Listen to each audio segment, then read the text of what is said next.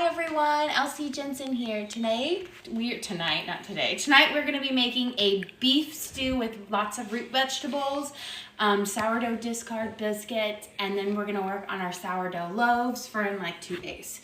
So we're going to first start by prepping up our beef for our beef stew, and then we'll hop over to our biscuits. So I'm going to put about 2 tablespoons of olive oil in my Dutch oven, and I'm going to start warming that up over kind of a medium-high heat. And then this is my beef stew meat. When beef stew meat, you get it from the store, a lot of times it's in really big chunks. So I'm just going to use my cleaver to cut it down to just a slightly smaller bite-sized pieces. That way it will get tender faster. So we're kind of trying to do speeding up instead of having to do a longer cook time. I'm just gonna chop them a little bit smaller so it's not quite as long of a cook time for our beef stew. And this is going to be a root vegetable beef stew, so we're going to be using potatoes, sweet potatoes, parsnips, carrots, and a turnip in our stew. So just a really hearty winter vegetable beef stew, but delicious, especially if you've not tried some of those vegetables before. Parsnips have a lovely flavor. They kind of look like a white carrot. But they have almost like a lemony flavor to them. They're just delicious. And then I feel like turnips kind of pick on any of the flavors that you kind of cook them in. So they're just kind of a nice little change up, but they have a lovely texture. Let's get this. Start chopping it nice and small. And this is a beef stew meat. You could also use a chuck roast. Beef stew meat's typically a bit cheaper at the store because it's just kind of scraps left over from their cuts of their meat. So you'll have a couple different cuts in here, but it'll all cook up nicely. But if you want to go for a little higher quality, a chuck roast is a good choice. It has a nice marbling of fat, which is really great for having tender meat in your stew. There we go. Almost done with that. And then we'll toss these in our olive oil that we have warming up in our Dutch oven. And that will be the start to our yummy beef and root vegetable soup. Then we will start on our sourdough discard biscuits that we'll have with our dinner tonight. And then we're gonna prep 2 loaves of sourdough bread, a basic one, and then a sun-dried tomato and basil sourdough loaf. If you're new to making sourdough, it's a kind of a long process. It's not hard work, and it's not like, it takes time, but it's wait time.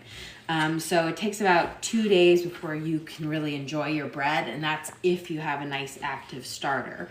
If you don't and you're starting from scratch, it's gonna be about like 2 weeks before you can enjoy your first loaf of bread. But it's not a difficult process. It's just has a lot of like wait time.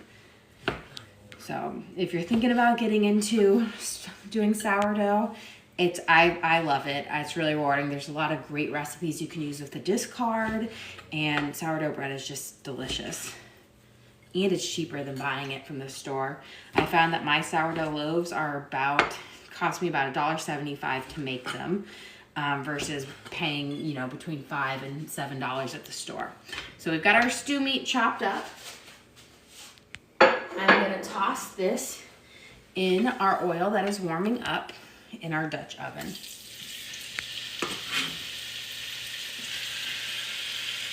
And we're going to give it a nice sear.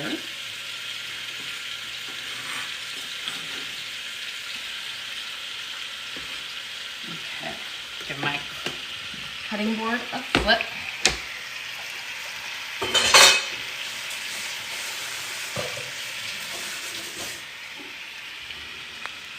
Okay, and now I'm going to give it a nice stir using one of my silicone spoons.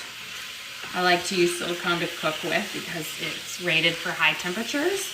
And when you're using an enamel coated pot, you need to use either like plastic or wooden stuff because metal will scratch the enamel. You got a comment that you should have your own show. You kind of do. Yeah. I'm gonna give my meat a nice little dusting of garlic salt. It will be about 1.5 teaspoons, just a little to start with, and a little bit of pepper, and about 1 teaspoon of pepper. I always like to season up my meat when we're doing our stews first. We'll add more flavor in a little bit, but gotta start with, and then we're gonna give this a nice stir, and we're gonna let it brown. And while we're letting it brown, we're gonna work on our biscuits. So I do have my oven preheating to 400 degrees, and now we're gonna work on our biscuits. So these are a sourdough discard, so we're gonna use a little bit of our things. It's okay if it's active starter, because it is active right now, but I have extra, so I'm gonna be using that in here. There we go. So we're gonna start out with about 2 cups of all-purpose flour. So 1 and 2. And then we're gonna add in a tablespoon of baking powder. So definitely don't want to use that much baking soda, but a tablespoon of baking powder.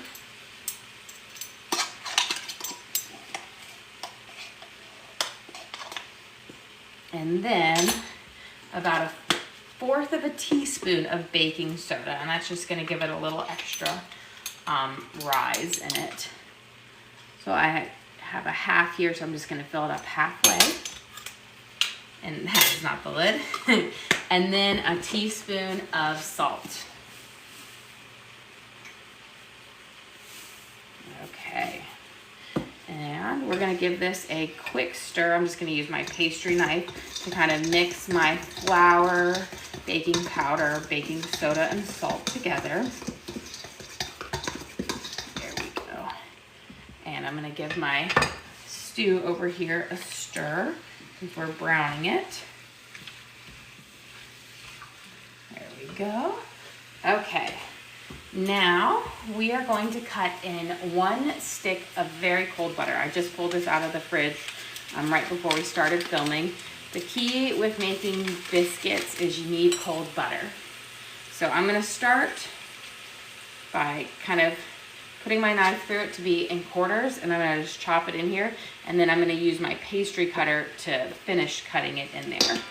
That just helps speed up the process by cutting it a little bit in the beginning first before having to do it all with my pastry cutter.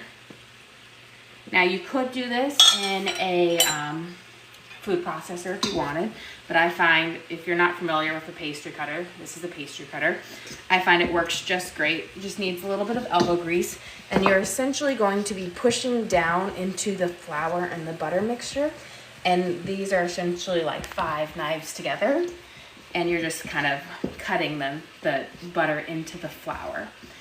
Kind of the same way that a food processor will do, but a little more arm work.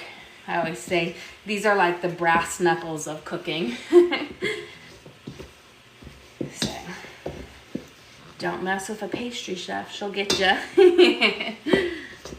So we're just gonna cut this butter into the flour. About halfway through, I'm gonna go through and I'm gonna take a knife and just pick out the butter that gets caught in between the pastry blades. This way I can make sure it all gets cut up, because we're essentially wanting to cut it up so that we have no pieces bigger than the size of a pea. And it only takes about a minute or so to cut it up. So I feel like this is a task that is worth just doing it by hand instead of taking all the time to get out a food processor and coarsely chopping it. And then you gotta clean your food processor. So we're gonna get this all, and then they're pretty much almost all done. It really doesn't take long. And you essentially just push down, and I give it a little twist as I push, and that just helps cut up the butter into smaller pieces. And that's gonna give us our nice flaky layers in our biscuit. Okay, I'm gonna give this a quick stir. Beautiful. And now we're gonna work on the liquid part. So let me just cut this butter out real quick. And then we're gonna do our liquid. We're gonna use about a cup of sourdough discard. And it doesn't have to, it could be active starter if you have, it doesn't matter. We're not using it for fermenting it. We're just using it kind of for the flavor. I'm gonna give mine a little bit stir. We did feed ours earlier today so we can make our bread. So we're gonna start out with 1 cup of sourdough discard. There we go. Perfect. And then we are going to add in a 1/2 cup of half and half. If you are from like the United Kingdom or outside of the US, half and half is just half milk, half cream. Apparently they don't call it that there. So in case you didn't know that, it's just half milk, half cream. So if you didn't have half and half, you could always mix it up that way. But I like to use it over milk because I think it gives it just a nice, better texture to our sourdough. And then I'm just going to use a spoon and mix it up into the sourdough starter. This is going to allow it to evenly mix into our biscuit dough. So we'll give it a nice stir. Perfect. Beautiful. And now we can see it's all mixed up well. I'm gonna pour this into our biscuits. There we go. So that is our cream, our half and half, and our sourdough discard into our flour mixture. I'm gonna give this a quick stir and then we can mix this up. Smells lovely. And now we're gonna combine our biscuits until they are just kind of combining. We don't wanna overmix. Overmixing will cause your biscuit to get really stiff. So just wanna get it until they're combined, and then I'm gonna put this out on my counter here, and we're gonna kind of push it together to form a biscuit for our sourdough discard biscuit, which we will be having with our beef and root vegetable stew. So we're just gonna kind of push here, and I'm gonna kind of fold it in and push. Now you don't wanna like mix it like Play-Doh. You wanna do a fold and push. The fold is what's gonna give you your nice flaky layers for your biscuits. And the dough may look dry.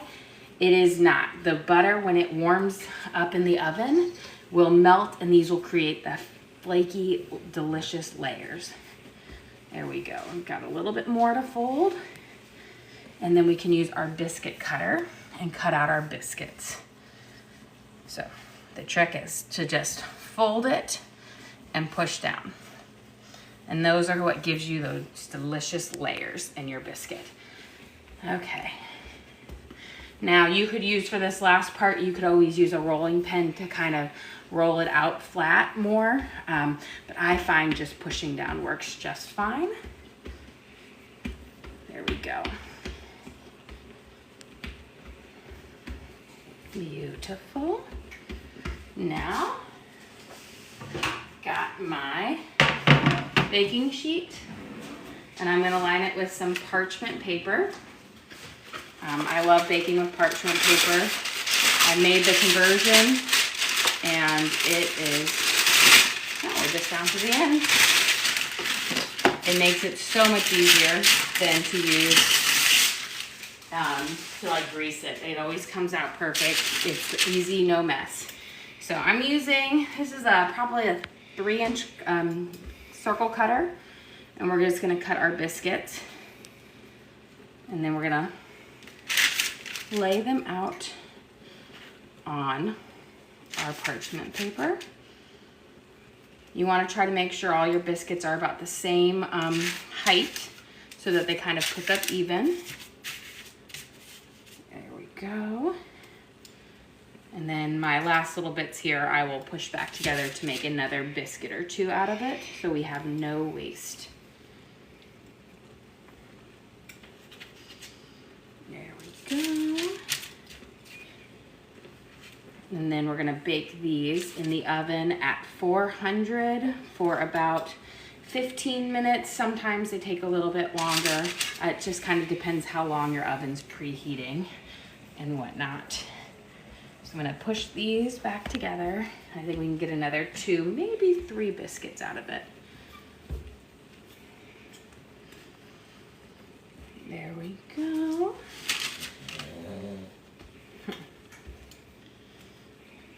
And then I think we can get 1 more biscuit.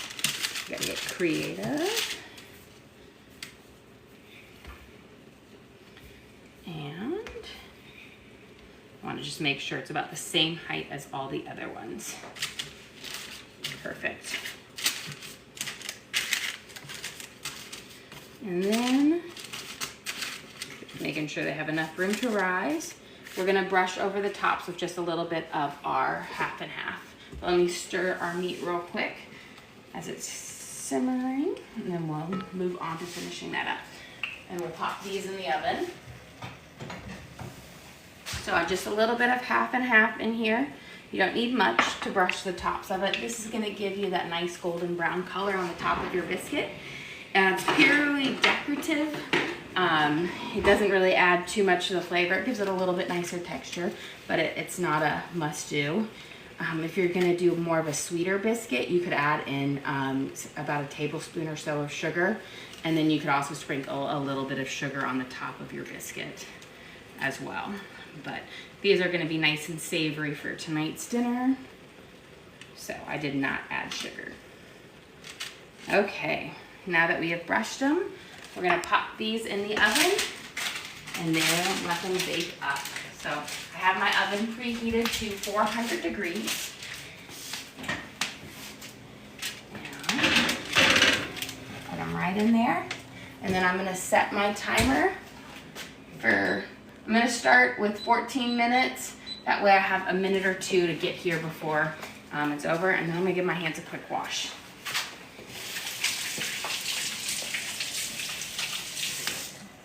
You have a question? Would you rather do an egg wash or that for browning? You could do either one. Egg washes is going to give you a more shiny color on the top versus milk will give you a muted but a browning color. So either one works.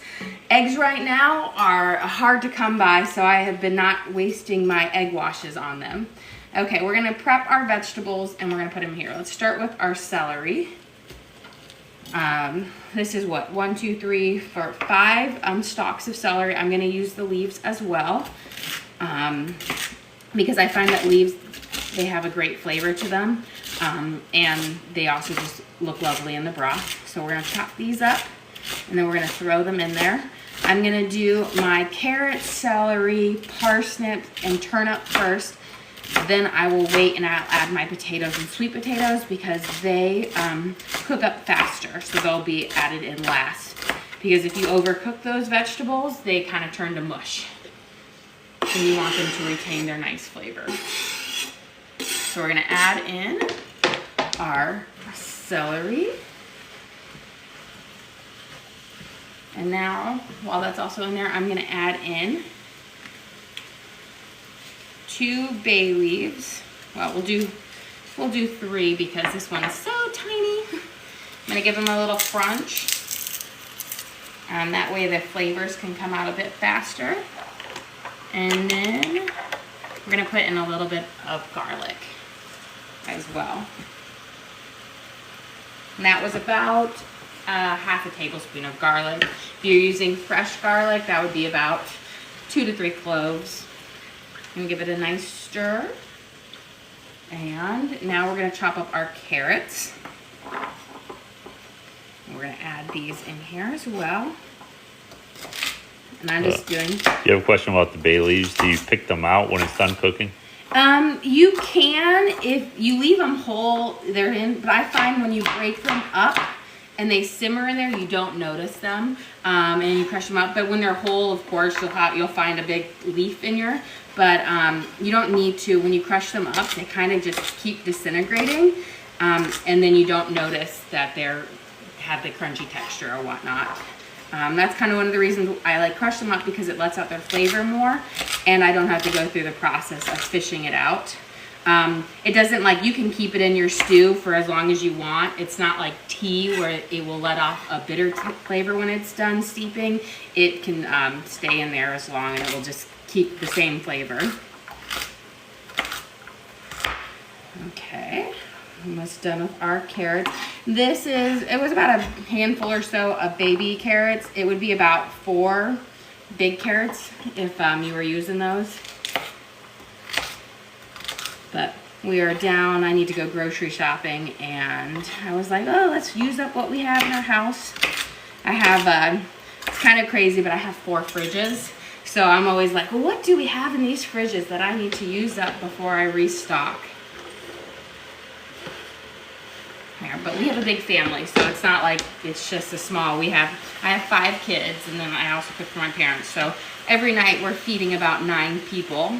So you need a lot of places to store the food. Get our carrots in there. Beautiful. Let them saute.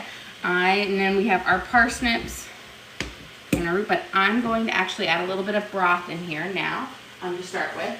So I'm going to use 4 cups of water and then some beef bouillon. And this is just to start the simmering process. I will add a bit more broth in there for the second part, but I'm going to start with 4 so this meat can start to simmer and get nice and tender. So we're going to just start with a little bit. We'll add more in once we get done chopping these, but I'm going to also add a little bit of Worcestershire sauce. I can never say it. You're going to need about a tablespoon to 2 tablespoons of this, depending. The acidity in this is going to help get your meat nice and tender, because it helps with like breaking down the fat and the tendons in meat and makes it very tender and flavorful. And if you're not sure what Worcestershire sauce is, it's really like a seasoned vinegar.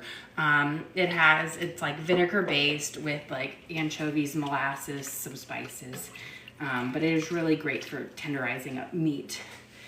And let's get our heaping spoonful of beef bouillon. I'm gonna get that in there so it can start to simmer. And you could use beef broth instead. I just like bouillon because it's just easier to keep in the fridge and store, and I feel like it packs more punch. It has more flavor to it.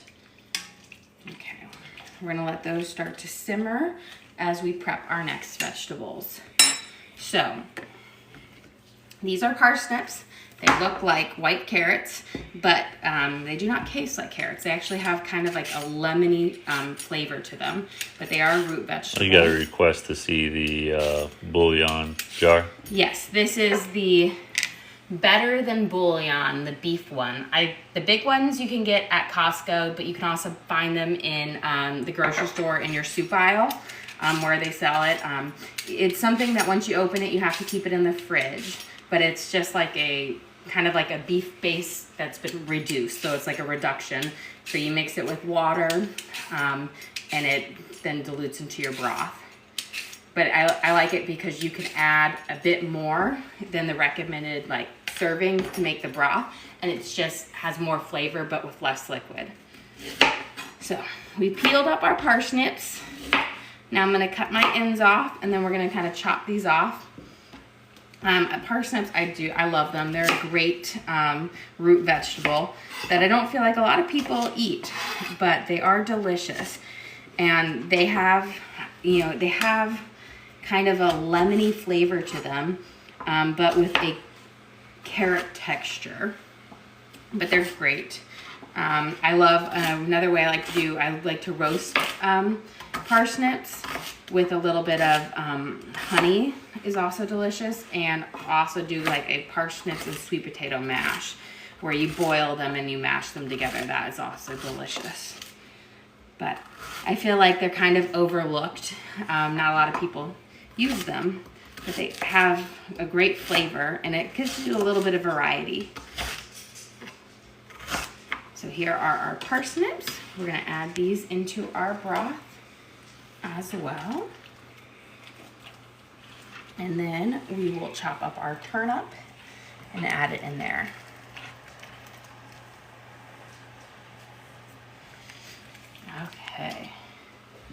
And then there's a turnip. I feel like it is a very misunderstood vegetable as well. It actually really just kind of takes on the flavor of whatever you cook it in. So I'm just gonna give it a kind of a slight peel. My favorite, which is in the turnip family, are rutabagas. They're also called, I believe, like Jerusalem turnips or something like that. It's another name for them, but they're just delicious. They look like a giant turnip in the sense of that, but you cut them in and they have like a pale orangish yellow color. Those are also great ones to kind of throw in a soup or do a rutabaga mash with. But it's always fun, you know, if you guys ever go out to the store, you would find these next to like the carrots, where they have like, that's typically where you find them in like a bag. Whole Foods probably has them out on the display, but at a regular grocery store, they're in a plastic bag and you get like 3 at a time. But they are great for the parsnips and the turnips. Okay, let's add our turnip in. And we're gonna let those simmer, and now let's chop up our sweet potatoes and our potatoes. We're adding these in last because these, they definitely cook up much faster in our stews and they can disintegrate. So I always like to do them last. There we go. I'm just doing a peel on them. Give it a quick peel. And this is a good, I feel like when in the winter, this is a great way to use like produce that is typically like harvested at this time of the year, are the root vegetables. So it's a great way to use kind of like what is in peak freshness right now, because most of all of our green stuff isn't naturally grown in the winter. There we go, we'll get our potato peeled up. Now you could also use, I'm using russet, but like Yukon Gold potato would be great with this, or little red potatoes, new potatoes. Those are also great ones for stew because they have a little waxier content and work well in stews. They don't disintegrate quite as much as the russets do. But we're using what we have. Give this a nice stir. And then I'm going to turn it down just a little. Okay. And then we're going to give these a chop. Whoop. So I'm going to cut them into thirds, and then I'll cut them each in half, and then we'll kind of chop them up. You got to think when you're making soups, you don't want your vegetable pieces to be too big because it's whatever you're eating on a spoon. So it's typically a lot smaller cut than you think, because you don't want to be eating a big piece of carrot or potato that's that big. It won't be easy to eat. Add our potatoes in. I'm not interested. I've never heard of that. Someone said that Better Than Bouillon makes a lobster one too. They do make a lobster one. They have a ham base. They have several bases. Some you can't find as easy as the other one. My favorite one, which is impossible to find, is an onion base. And it is so good and so flavorful, but it is so hard to find. I keep looking at it and I can't find it. They make a garlic base, but that one's really strong. And then I do their chicken, and they have a ham, and they have vegetable and beef. And then they have the lobster one, which is great if you're gonna make like a seafood bisque. Let's chop these guys down. I also cut this one into thirds. And then we'll add it in, and then we'll add in a bit more broth in just a second. But when I'm making my like beef stews, I don't like to add in too much broth in the beginning because I want to just have enough broth that really covers all of the vegetables and the beef in it. That way you're going to have a hearty base to your stew. So we'll add in probably 2 cups more, but I won't know until all of my vegetables are in here. There we go. And chop these up. And then we just have some fresh thyme and some green onions that we'll also be adding towards the end of our things as it simmers. And then we'll make our loaves of bread. Pop these in. Give it a nice nice stir, and then I'm gonna get a little bit more water to add so that we're covering. I think it's gonna be about 2 cups, but it may be 3. You don't need too much, just enough to really cover everything because you want that nice hearty stew.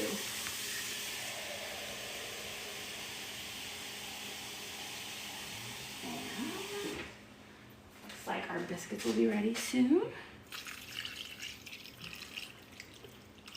There we go. So that was about 3 cups.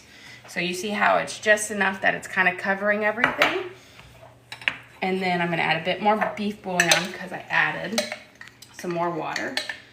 So not another scoop. I'm just gonna use up the rest that's in my little bowl here. Because no point saving a teeny tiny bit. There we go. So we're gonna put that in here.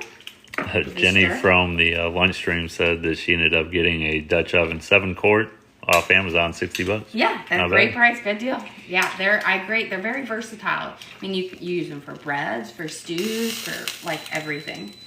Okay, it looks like our biscuits are about ready. Before we head over there, I'm gonna add in about a tablespoon of kitchen bouquet. This is gonna give a lovely color to our soup as well as some nice flavor. It's literally a reduction of browned vegetables, but it's kind of my like secret ingredient. It makes your broth just a beautiful, rich brown and just packs a nice flavor to it.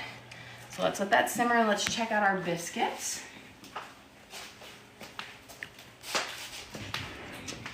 See if these are ready to come out. Oh, perfect.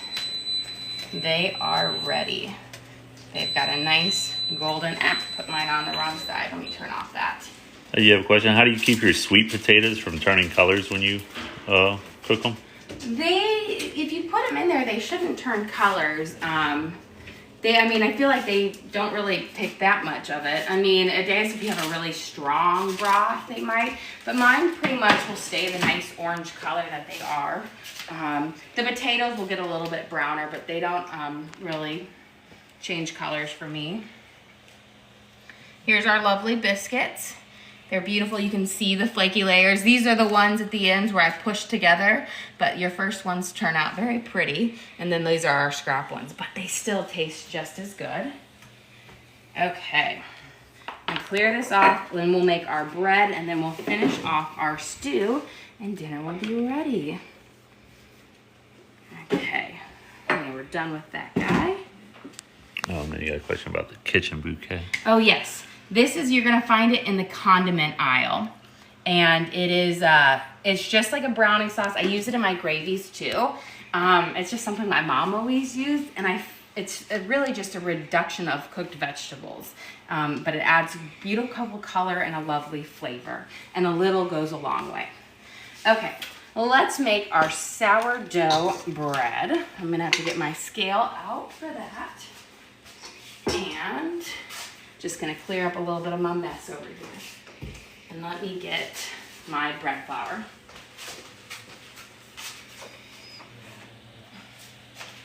And I'm gonna turn on my water to start warming it, because with sourdough, you wanna use warm water.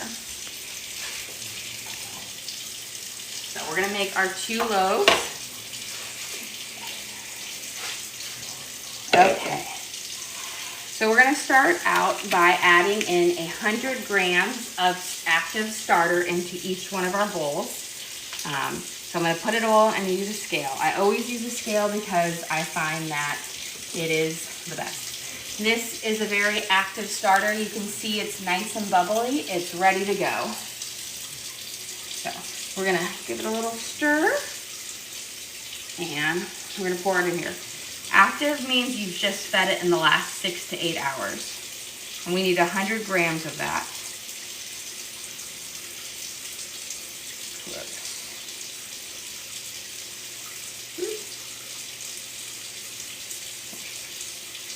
Ooh, 100, perfect. And we're gonna do it with the next bowl as well. And 100 grams of this as well.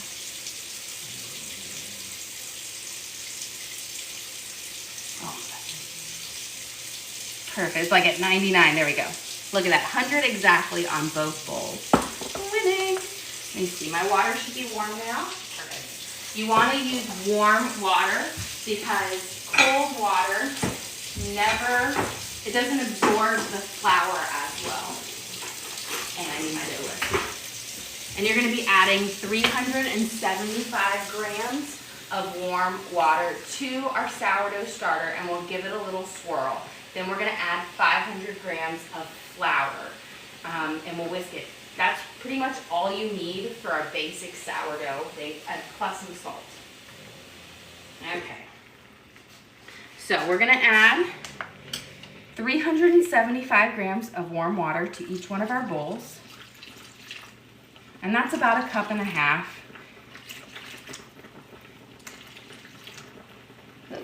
So close.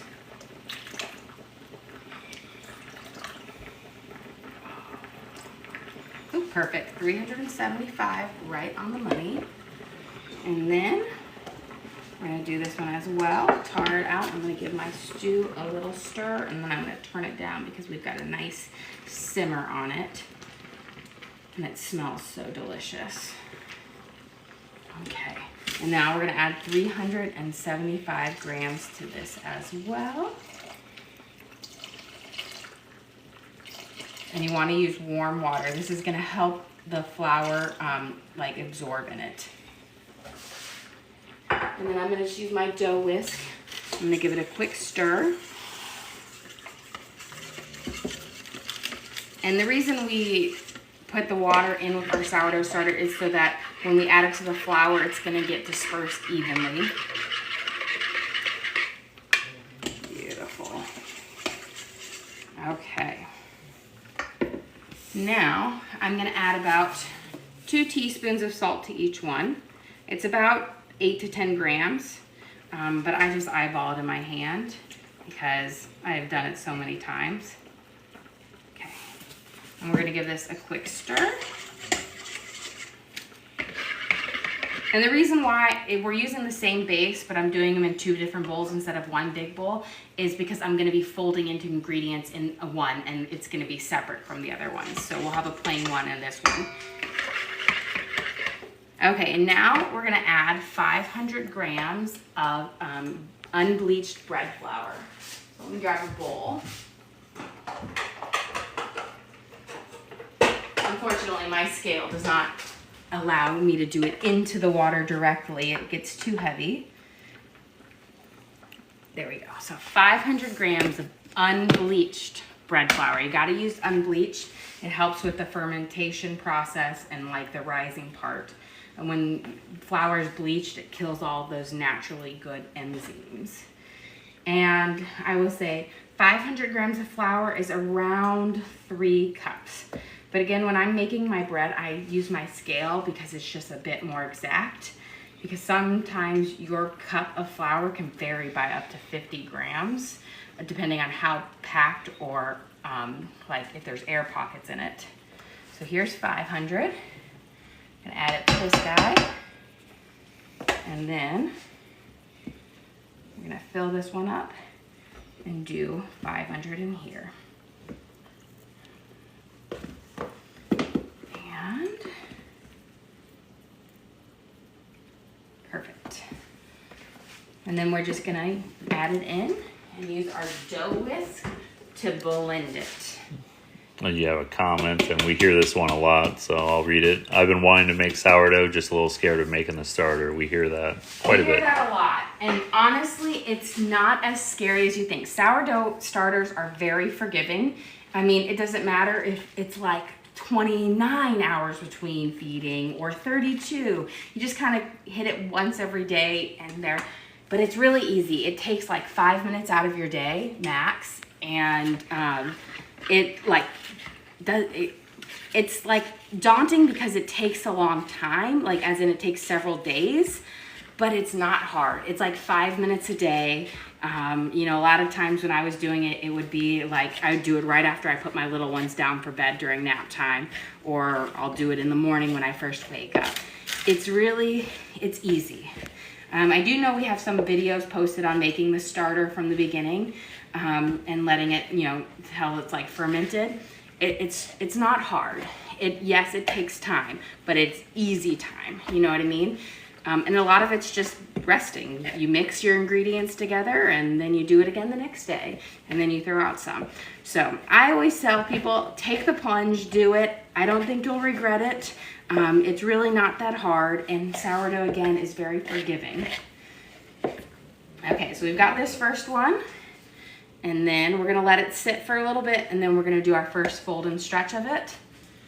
And now we're gonna mix up our other one. Sourdough, it starts out sticky, but as the water and like the flour hydrates with the water, it becomes less sticky the longer it sits. And what I do is when I'm doing my fold and stretches, when it's sticky in the beginning, I just dust flour on my hands and a little over the top, and that kind of helps with that process. Okay. So, beautiful. Now we've got our 2 doughs ready. Perfect. Get as much done. We're done with our dough hook. Now we're gonna let this sit, and then in a few minutes, once we're done with the stew and prepping the ingredients for the sun-dried tomato and basil one, we'll move to that. Where'd you get the bread whisk, the Danish whisk? It was actually a sourdough kit set that I bought on Amazon.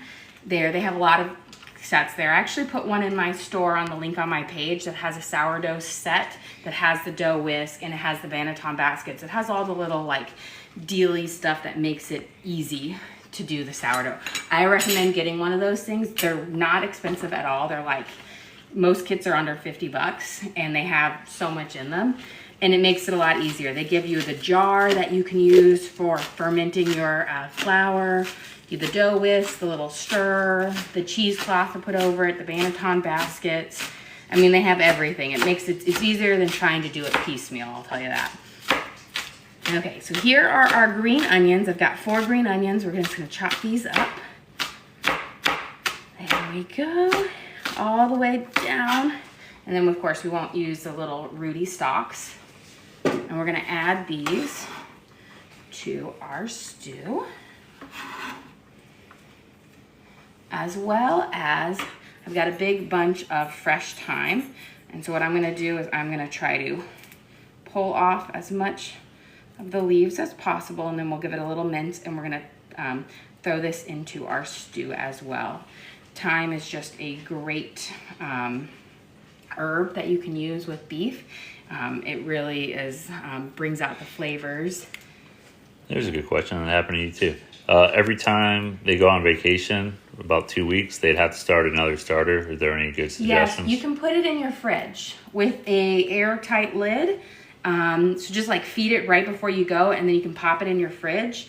And it should last about 10 days without needing, and sometimes it can last longer, but the fridge stops the breakdown process of the like fermentation, so it slows down how much glucose it burns up during the fermenting, and therefore it should last longer. On your counter, you have to feed it, you know, every 2 to 3 days, but in the fridge, it can go up to 10 days without it.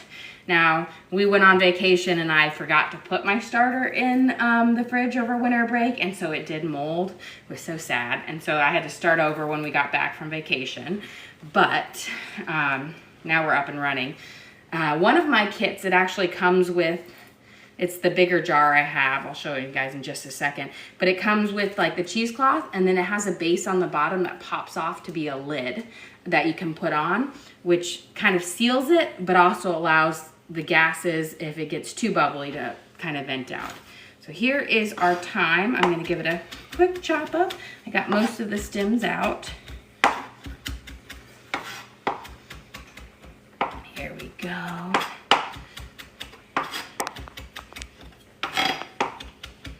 Now I'm just gonna scoop it up. I'm gonna add it in. I'm gonna give it a little stir for our stew. Beautiful. Okay, now I'll show you guys what I was talking about on my thing. So this is my big jar, which is great. This pops off on the bottom and it can be used as a lid on the top.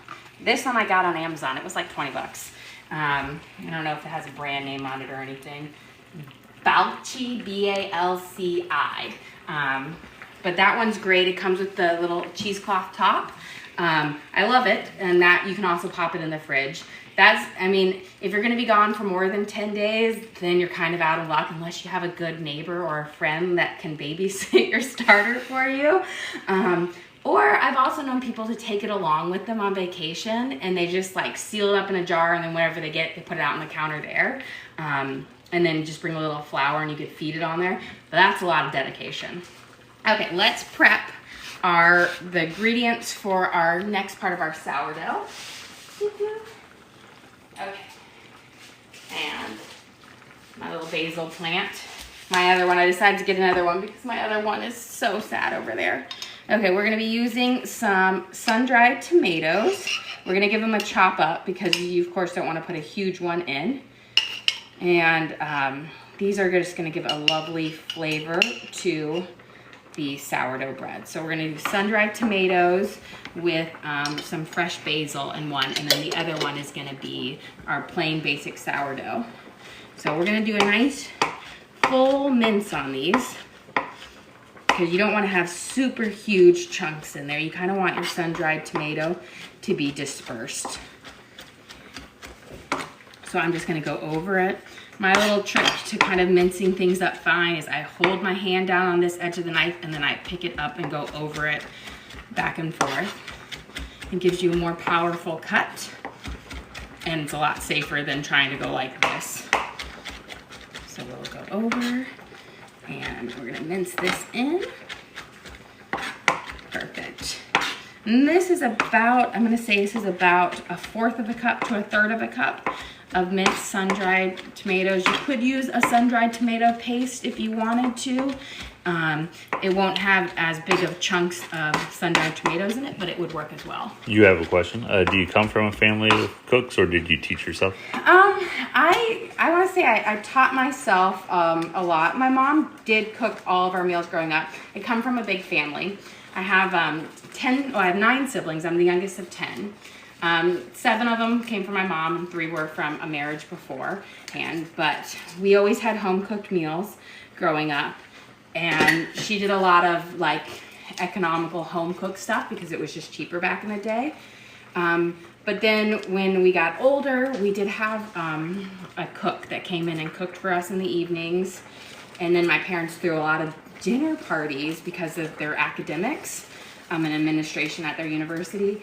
And so we'd have local restaurant chefs come in, and I was always in the kitchen like, oh, what you making? What you doing here? I'm sure I annoyed them, but I just learned a lot from them, and then doing it my own. And then my brother-in-law is like a fabulous like cook, and so was my grandfather was, and they were all into like fancy doing creative stuff. So it was a lot of self-taught and practice. I never went to school for cooking or anything, but I did start cooking at 13, like cooking family meals and helping out that way. And I've been doing that since, and that's what, 24 years now, something like that? I'm 37. Am I 37 or 38? 37, I think. I lose track of time. I just turned 37. But I did that, and that's how I had learned to cook through time. Okay, we are almost done here. Beautiful. So I've got my basil minced up nicely. Now we're gonna go do our stretch and fold, and we're gonna fold this into our dough. And then we will be ready to eat. Okay, let's get my flour.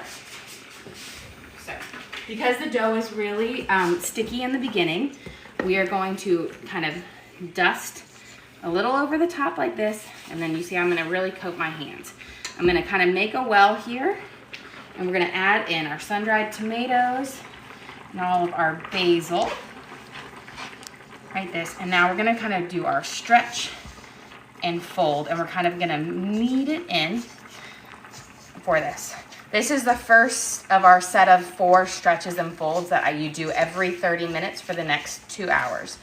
So I do a lot of stretches and folds on the first one, and then it's just 4 stretches and folds on the second, third, and fourth ones. This is gonna mix it up. There we go. And then I'm gonna fold it into a ball, and then we'll let it sit for 30 minutes, and then we'll do another stretch and fold. Now let's do our second one. And a quick wash. And dust it with a little bit of flour over the top, and it gets less sticky over the time. We're gonna do the stretch, fold, stretch, fold. And this is key to making sure you don't have any of those big gas pockets in your sourdough, and it also helps break down the gluten and gives the elasticity. So those will sit for about 30 minutes, and I'll do another stretch and fold. Let's finish up our stew and plate it, and then we'll be ready to eat. So our stew is almost done. We just need to add a little bit of cornstarch to kind of thicken up the broth. So let me grab that, and it will be nice and ready.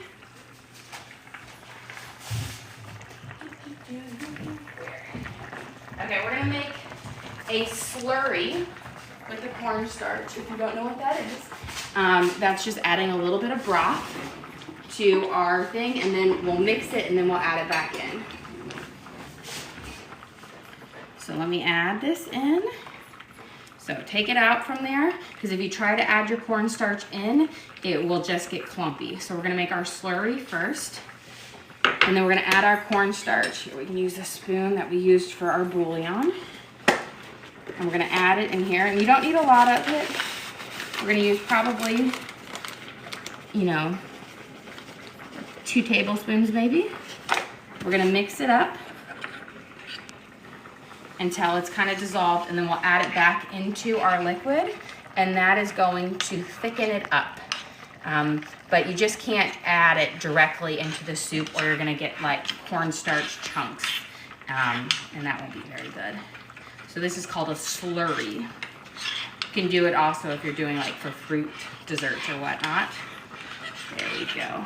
So we're gonna pour that in now, and the heat from the cornstarch will cause it to thicken up. As you can see, it's already getting so much thicker. Beautiful. And that gives you kind of a more velvety texture on your stew. Beautiful. Okay, we are ready to serve our dinner up. Okay, let me get our bowl on our plate with our biscuit, and then I'll show you what we have for dinner.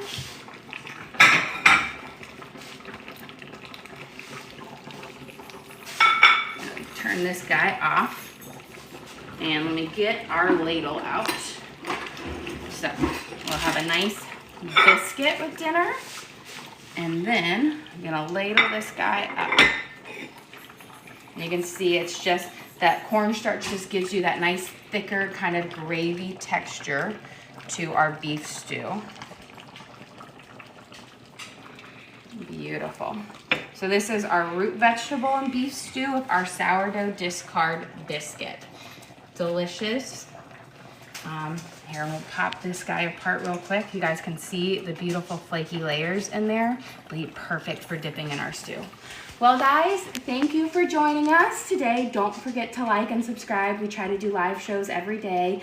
And again, feel free to send us messages or comments if you have recipes or cooking questions or whatnot.